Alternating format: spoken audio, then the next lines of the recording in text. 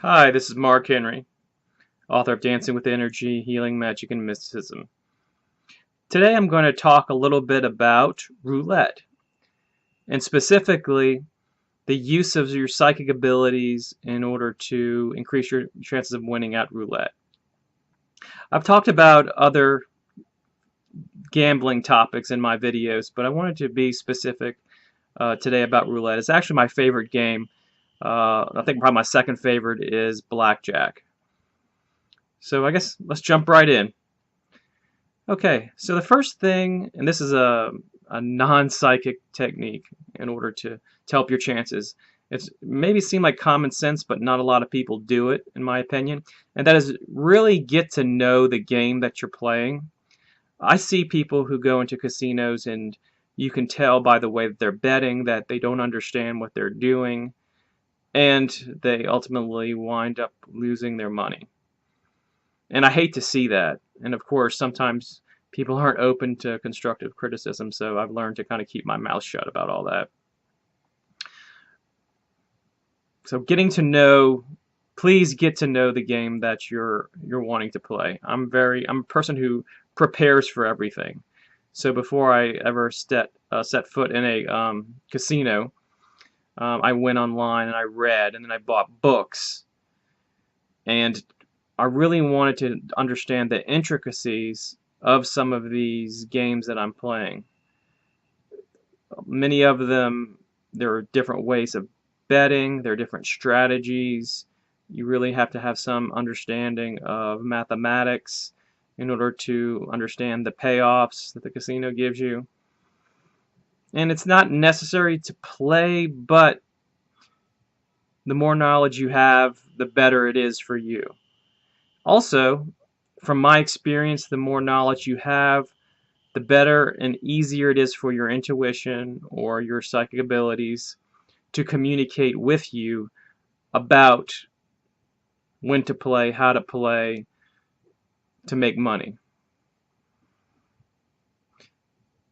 So let's talk a little bit specifically about roulette.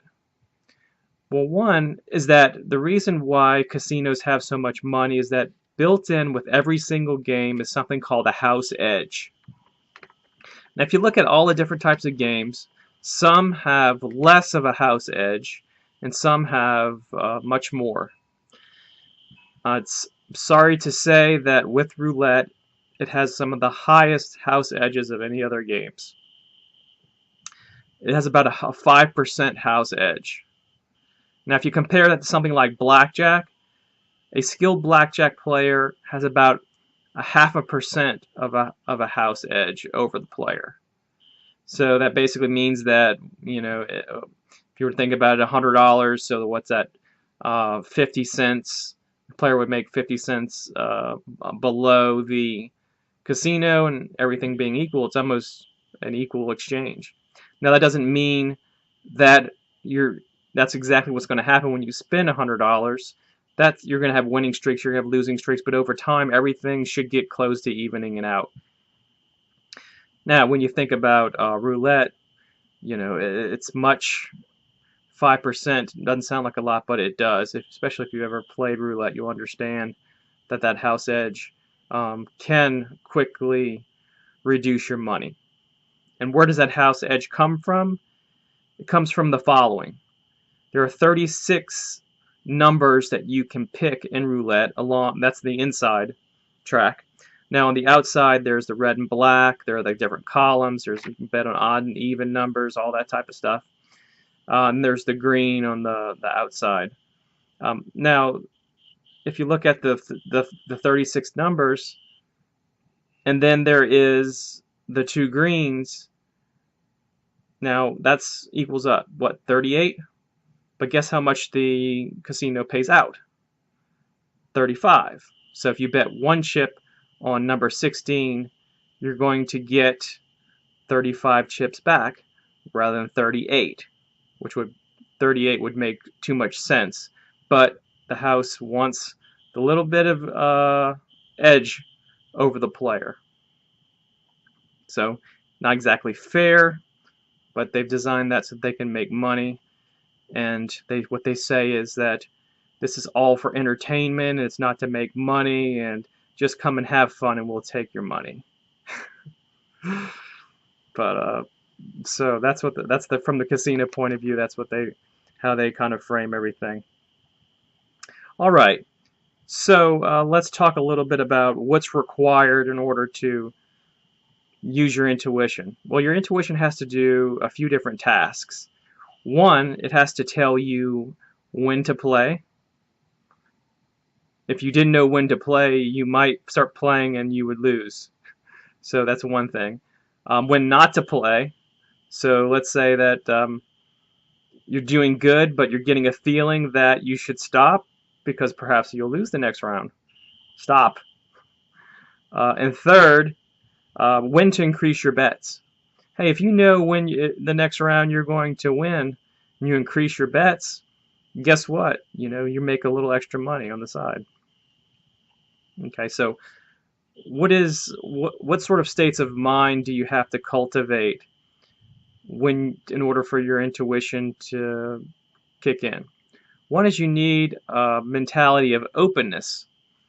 You want to be open, you want to be playful, you want to have flexibility of mind.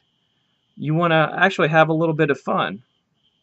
What you don't want is anxiety, fear, intensity. That can shut things down. Being too serious. You want to have that attitude of, okay, let's see what'll happen. Here I am. I'm just testing something. I'm going to bring enough money to have fun with, but if I lose it, it's no big deal, and I'm not going to be pissed off afterwards. That's how you want to kind of go into it. Being curious. Now, once you cultivate that state of mind, you ask the question in your mind. Let's say that you want to bet on the outside. Okay, so what will win, red or black? Keep that open state of mind and see what you get. Do not overanalyze. Remember in school, if you were like me, multiple choice test, you took it very seriously, you looked at the question, the answer, and you talked yourself out of a good, acceptable answer that you had first. Don't do the same thing with this. Trust your first response in that open state of mind. And then bet. Bet what you feel comfortable with. Don't bet too much. Don't bet all your money on that one, because you want to have some longevity and you want to have kind of like a little bit of a learning going on. The next go around, you might have some feedback from the first one, some type of inner experience that you can use in order to kind of learn from. Okay. Now, people have asked me, how do I specifically go about doing it? I'm all about preparation. Like I said, that's why I mentioned the whole thing about learning about the game before you play. So after I learned about roulette, I usually have a routine that I follow. I do some energy work, make sure that everything is flowing correctly. All of my energy systems. I do chakra work. I do some cleansing and activating, and I mentioned this in one of my other books, if you want to care to purchase this. And this is The Psychic Gambling Super System by Sunil Pandey. Actually, today I used one of his exercises before I went to the casino, and I walked away with $30 more than when I walked in. And what's funny is that when you are playing roulette, some people around you are losing a lot of money because it's just the nature of the game. It can be very brutal. And it's almost like these people are like bonding because they feel like they're in a sinking ship and you're trying to dump the water out of the boat. You're all in this together.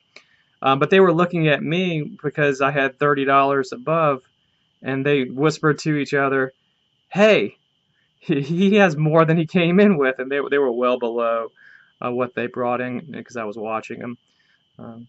But that's kind of how it works. Uh, like I said, the house edge is pretty big in roulette. But back to the preparation. Do the energy work. I did the chakra work. I do some affirmations about winning, being a good roulette player, and I kind of keep everything like in that open, playful state of mind. I don't walk in there saying I'm gonna kill this casino. Nothing like that. I don't know many professional roulette players, although I hear that there are a few. Um, in fact, I recently looked at YouTube and I found some people who claim to do really well at roulette playing online and live casinos, and they're doing some of the same things that I'm doing, which is the chakra work, which is pretty interesting. Maybe we stumbled upon something. Well, in any case, let's say that you don't like roulette. Let's say somebody, you may say, Mark, you're a goddamn sucker playing roulette without house edge of 5%. You need to play craps.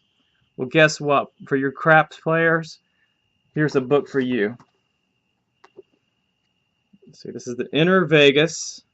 I don't know if you can see that. By Joseph Gallenberger. Now, he is actually cultivating positive states of mind using some spiritual techniques in order to influence the roll of a dice. Excuse me, of a die, but I guess it's dice, more than one. And he and his team, if you remember from, I guess if you know a little bit about gambling, there was a book called Bringing Down the House. It was a kind of a documented true story of the MIT team going into Las Vegas, counting cards as a team and winning a whole bunch of money, taking the Vegas for like 10 million or something like that over a period of time. Well, he actually has a team and they go to Vegas, but he's actually using spiritual techniques, so it's kind of like the other book that I showed you. And he claims to be able to, to show people how to use their energy for PK, for psychokinesis, so that they can make the dice go to the numbers that they want in order to win. So, if you're interested in that, I encourage you to buy that. I've read both books, and both of them are very interesting. Well, that's basically it. If you have any questions, leave a comment. Please like and subscribe. And I enjoyed being with you all again today. I appreciate y'all listening. And feel free to go and follow me on Facebook under Mark Henry. See you later, friends.